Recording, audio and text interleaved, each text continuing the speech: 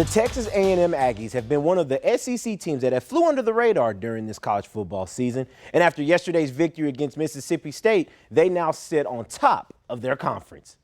The Aggies were on the road yesterday in Mississippi and did what they were supposed to do. Now, next week, all the hype will come into question as they face a formidable opponent in the undefeated and number 8 ranked LSU. The Aggies' next game against a top 25 team will be the final game of the season, and it is against Texas. And that brings me to your viewer poll. You see, the Aggies, they have a chance to be in a conference championship game and mix that in with potentially beating 1 or 2 top 25 teams in college football. So my question to you guys in Victoria is, do you see Texas A&M in the college football playoffs? And let's see, we got 47% that says yes, 43% no, and 10% is unsure. So let's, good luck to the Aggies, man. They might be the underdogs going into this college football playoffs. But let's talk about the other top 25 ranked Texas football team. The game of the week, I'm sure you probably saw it, right? It was not a great day for Texas. Quinn Ewers, fresh off his injury of return. Yesterday, he gets taken down at the end of the first quarter, which ended with Georgia taking the ball. Talk about a bad start. You can't afford hits in games like this. But Georgia closes out the first quarter with a rushing 2-yard touchdown from Trevor Etienne to help quiet the Texas crowd.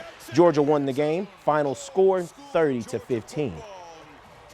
And with that loss to Georgia, Texas falls all the way to number 5. And after previously being ranked number 1, Oregon now sits on top as number 1. Georgia finds themselves as number 2. Can Texas still climb back to number 1? They will be taking on Vanderbilt, which is ranked right at number 25.